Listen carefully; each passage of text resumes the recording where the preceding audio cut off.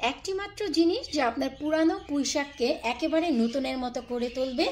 2023-এর গাছ যারা ঘরে রেখেছেন 2024-এ অনেক বেশি সফলতা পাবেন যদি আপনারা এই টিপসটি ফলো করেন। হ্যালো এভরিওয়ান, আসসালামু আলাইকুম। কেমন আছেন আপনারা সবাই? আলহামদুলিল্লাহ, আমি তো অনেক ভালো আছি। আশা রাখছি আপনারা সবাই ভালো আছেন। আজকের ভিডিওর বিষয়বস্তু হচ্ছে, যারা পুঁইশাক পছন্দ করেন, খান বা না খান, সামারে নিজেদের গার্ডেনে পুঁইশাকের একটি গাছ থাকবে, এতটা পাগল প্রেমিক তাদের জন্য আজকের এই ভিডিও। আজকের ভিডিওতে আমি আপনাদের দেখাবো যে একটি মাত্র টিপস ফলো করে আপনারা পুরানো পুঁইশাক গাছকে একেবারে নতুনের মতো করে তুলতে পারবেন।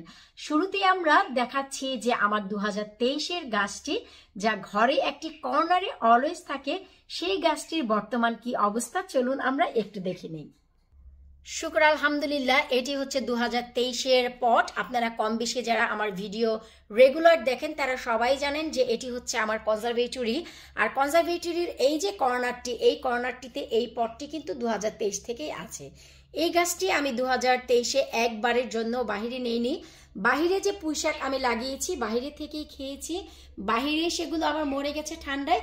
কিন্তু এই যে পুঁইশাক গাছটি, এটির অজস্র ডগা পাতা, ডগা পাতা, ডগা পাতা, ডগা পাতা, অনেক সফল সবজি আমি এই গাছ থেকে, এই পট থেকে খেয়েছি। এই পটে আমার 3টি পুঁইশাকের গাছ রয়েছে।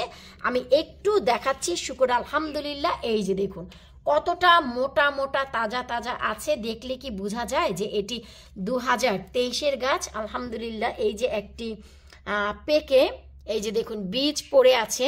তো এই বীজটিকে আমি কি করব, আমি কিছুক্ষণ পর দেখাচ্ছি। আগে চলুন আমি এই গাছটিকে দেখাচ্ছি, কারণ এই গাছ থেকে আমি গত পরশুদিনই সবগুলো পাকা বীজ, এই যে দেখুন গত পরশুদিন সবগুলো পাকা বীজ আমি এখান থেকে তুলে কালেক্ট করে রেখে দিয়েছি। আমার লাভলি ভিউয়ার্সের যদি প্রয়োজন হয় তাহলে আপনারা একবার lavanikichen.co.uk/shop সেখানে ঘুরে দেখতে পারেন। আপনারা সমস্ত দেশীয় আমার নিজের হাতে লাগানো বীজ অর্গানিক পেয়ে যাবেন। তো এই হচ্ছে আমার 2023-এর পুঁইশাক গাছ। আশা করি দেখতেই পাচ্ছেন কত বেশি অগ্রগতি হয়েছে। আরো উপরে উঠতে চাচ্ছে, আমি দিচ্ছি না। কারণ হচ্ছে এই যে কারণটি কি, কারণটি এই যে দেখুন আমি মাথাটিকে ভেঙে দিয়েছি। আমি চাচ্ছি না যে এর থেকেও বড় হোক। আমি এগুলো ডগা পাতাগুলো কেটে খেয়ে ফেলবো। আজকেই আমি নতুন রান্না করেছি, তাই আজ নয়, আমি 2 দিন পর যখন আবারও রান্নার সময় হবে তখন আমি কেটে খেয়ে ফেলবো। তো একটি মাত্র জিনিস যা দিলে আপনাদের এই 2023-এর গাছ 2024-এও ঠিক এতটাই সফলতা দিবে, হাসবে, খেলবে, সেটা কি চলুন আমরা একটু দেখে নিই। সেটা আর কিছুই না, সেটা হচ্ছে মাত্র কয়েক ফোঁটা লেবুর রস। জি হ্যাঁ, আপনাদের যাদের ধারণা আছে যে লেবুর রস গাছে গেলে গাছটি মরে যাবে, সেটা কখনোই হবে না। এই জিনিসটি, এই যে হ্যাশট্যাগ বলে যাকে, হ্যাশট্যাগ, এই ট্যাগটি আমি আমার গার্ডেনে অলওয়েজ ইউজ করি। যাদের ধারণা বেকিং সোডা এবং বায়োকার্বনেট সোডা, যেগুলি দিয়ে আমরা কেক বা বেকারি জিনিস বানাই, সেই জিনিস এবং লেবুর রস গাছের জন্য ক্ষতিকর, তাদেরকে বলে দিচ্ছি আমরা যে লেবু খাই এবং যে সোডা, বেকিং সোডা এবং সুগার যা আমরা খেয়ে থাকি, এই 3টি জিনিস গাছের জন্য যে কত উপকার, 2024-এ আমি আমার লাভলি ভিউয়ার্সের সাথে সবগুলো ডিটেলসে আলোচনা করব এবং কিভাবে সঠিক ওয়েতে ব্যবহার করতে পারবেন সেটাও দেখাবো। তো এই যে লেবুর রস, এটা ব্যবহার করার সঠিক ওয়ে কি আমি আপনাদের একটু দেখাচ্ছি। আপনাদের লাগবে হচ্ছে ডাইলেটেড চাল ধোয়ার পানি। আর ডাইলেটেড মানে কি সেটা আমি এর আগে আপনাদের দেখিয়েছি। এটা হচ্ছে চাল ধুয়ে একদিন আগে পানিটি রেখে দিবেন ওভারনাইট, 24 আওয়ার্স, 24 ঘন্টার জন্য যে পানিটি থাকবে সেটাই ডাইলেটেড। এই পানির ভিতরে আপনারা গনে গনে এই যে 2টি, 3টি, 4টি, 5টি, 6টি, 7টি, 8টি, 9টি, 10টি, 1 লিটার পানিতে 10 ফোঁটা লেবুর রস দিবেন, এর বেশি না। হাফ লিটার পানিতে 5 ফোঁটা, 1 লিটার পানিতে 10 ফোঁটা। এখন বলতে পারেন যে এত ফোঁটায় ফোঁটায় গুনবো কিভাবে, এত আধিক্যতা ভালো না। ওই যে ভাই, সন্তানের ভালোর জন্য অসুখ হলে আমরা যেমন নুরোফেন, কালপল, তারপর হচ্ছে নাপা একেবারে সিরিঞ্জে নিয়ে 5 ml, 10 ml, 15 ml দেই, ঠিক সেভাবেই গাছের যত্নটি করতে হবে নিজের সন্তানের মতন। এখন এই পানিটির সাথে আমরা লেবুর রসটিকে ঠিক এভাবেই মিশিয়ে দিব, ব্যাস। এবার চলুন ব্যবহারের যে কি ওয়ে সেটা আমি দেখিয়ে দিচ্ছি। এই যে গাছটি দেখতে পাচ্ছেন, এখন এই যে গাছের গোড়ায় এই যে দেখুন, শুধু এই যে ঢেলে দিয়ে দিলেন, কোনো সিস্টেম নেই, হাফ লিটারের মতন আমি ঢেলে দিয়ে দিলাম, এই যে দেখুন। তারপর এই যে বাকি পানিটি, এই পানিটিকে আমি একটা স্প্রে বটলে ভরবো, ভরে যখন একটু সন্ধ্যা হবে, যদিও এখন রৌদ্র নেই, কোনো তাপ নেই, গরম নেই, তারপরেও যখন একটু সন্ধ্যা হবে, পেছনের দিকে আমি একটা পেপার দাঁড় করিয়ে রাখবো, আর এই সমস্ত ডগাগুলোতে, পাতাগুলোতে এই পানিটি স্প্রে করব। যেহেতু আমি ভিডিওটি এই সময় নিচ্ছি, দুপুরবেলা ক্লিক করছি, তাই আমি এখন আর স্প্রে করছি না।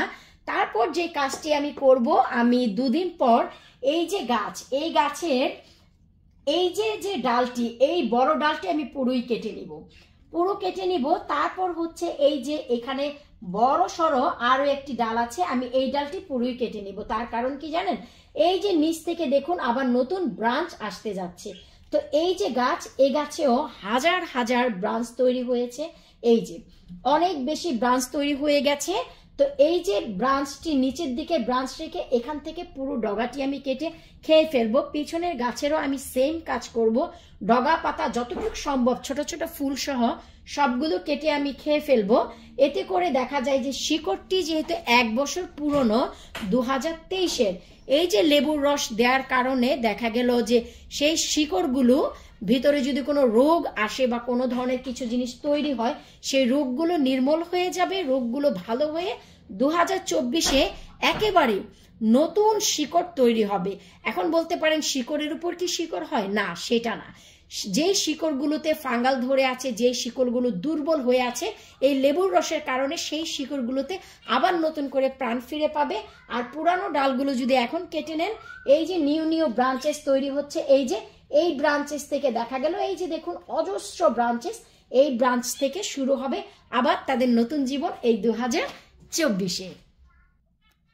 এরপর ওই তো বললাম যে পুঁইশাকের একটি বীজ পড়ে আছে, এটি কি করব, অন্যান্য গাছের চারাগুলো আমার ঘরে যেভাবে হেসে খেলে বড় হচ্ছে, তো তার পাশাপাশি অনেক ট্রে আমার রয়েছে যেখানে গাছ হচ্ছে, তো কিছুটা ট্রে ফাঁকা আছে।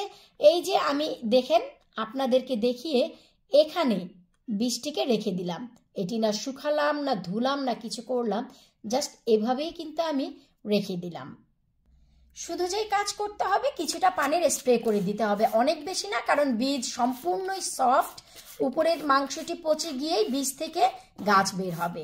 এই যে দেখেন, কোনো পদ্ধতি নেই, শুধু গাছের টপ থেকে পেয়ে আমি এখানে দিয়ে দিলাম। ইনশাল্লাহ যদি হয় অবশ্যই আপনাদের দেখাবো। তো আশা রাখছি যে পুঁইশাকের ক্ষেত্রে আমার এই হ্যাশট্যাগটি আপনাদের কাজে লাগবে। এই ট্যাগটি ফলো করলে আপনারা পুরানো পুঁইশাক গাছকে একেবারে নতুনের মতো করে তুলতে পারবেন।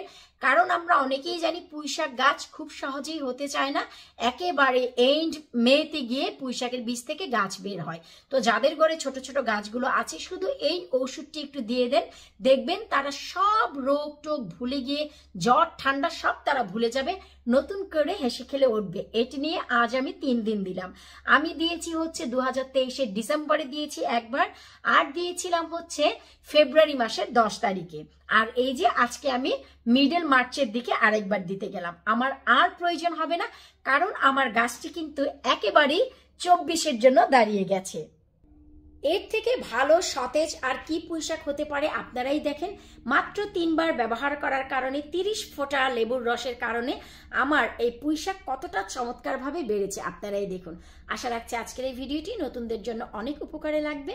বিদায় নিচ্ছে আজকের মতন, পরবর্তী ভিডিও দেখার আমন্ত্রণ জানিয়ে আল্লাহ হাফেজ। যেতে যেতে অবশ্যই একটি লাইক বাটনে ক্লিক দিয়ে যাবেন।